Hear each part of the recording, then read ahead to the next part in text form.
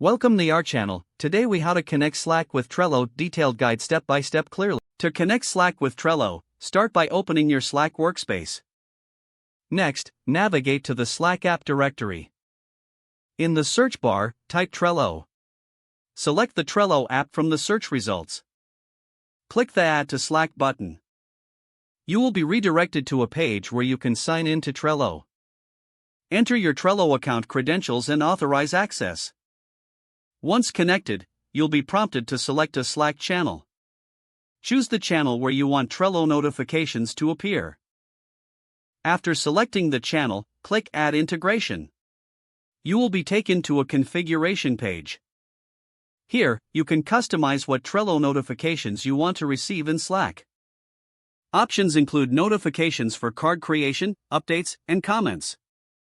Select your preferred options and click Save Settings. Now, return to your Trello board. Open the card you would like to send to Slack. In the card, look for the Share option on the right. Click on Share and select Send to Slack. Choose the Slack channel where you want to send this card. You can add a message to accompany the card if desired. Once ready, click Send to Slack. Your Trello card will now appear in your selected Slack channel.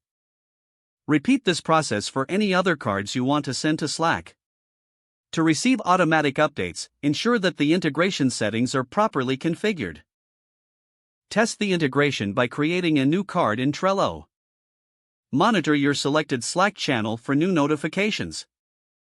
Adjust notification settings in Slack if needed. Now you have successfully connected Slack with Trello. Enjoy seamlessly managing your tasks across both platforms. If the page does not load, refresh the browser or try again in a private or incognito window. Make sure you are using the correct email address, then retype it carefully to avoid small typos.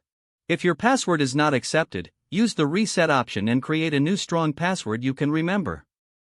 Check your spam folder for verification or security emails, then complete any requested confirmation steps.